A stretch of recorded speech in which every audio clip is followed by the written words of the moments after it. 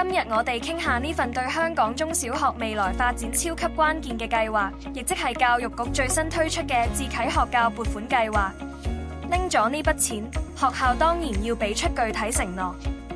我哋將佢哋簡化成超級好記嘅通關密碼：3、2、6法則。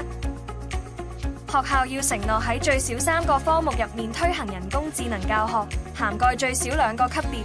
最後仲要發展出最少6個人工智能應用教學例子或者資源。3法則。有好嘅經驗梗係要擴散。第二組密碼333架構就係聚焦喺分享同埋建立社群上。學校自己或者揾專家舉辦最少3場有關最少3個學科嘅公開課或示範課，同埋3次教學經驗分享會。真正用意係要喺校內甚至跨校之間打造一個充滿活力嘅共享人工智慧教學知識圈。關鍵數字2，學校必須舉辦或安排學生參加最少2個專門提升人工智能素養同技能嘅活動。請大家記住呢個2，因為佢係我哋稍後會講到嘅策略部分。實踐策略，我哋建議大家一個執行上嘅黃金順序。喺學生層面可以先做2，學生特訓。當學生具備咗基本人工智能意識同操作能力後，再推行326。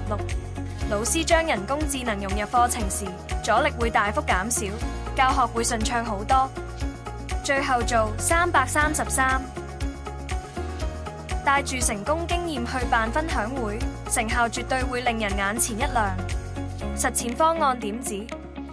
喺呢度，我哋引入一個叫做 DelightX 嘅沉浸式人工智能教學平台。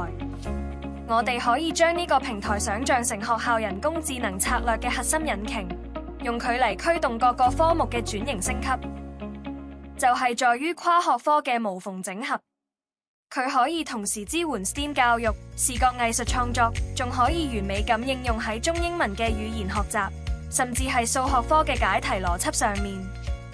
而且呢個點子最吸引人嘅地方係平台入面嘅 AI Buddy， 佢唔單止可以做學生嘅專屬助教，生動咁講中華文化故事，佢仲可以引導學生親自去創作 3D 同 VR 嘅數碼內容。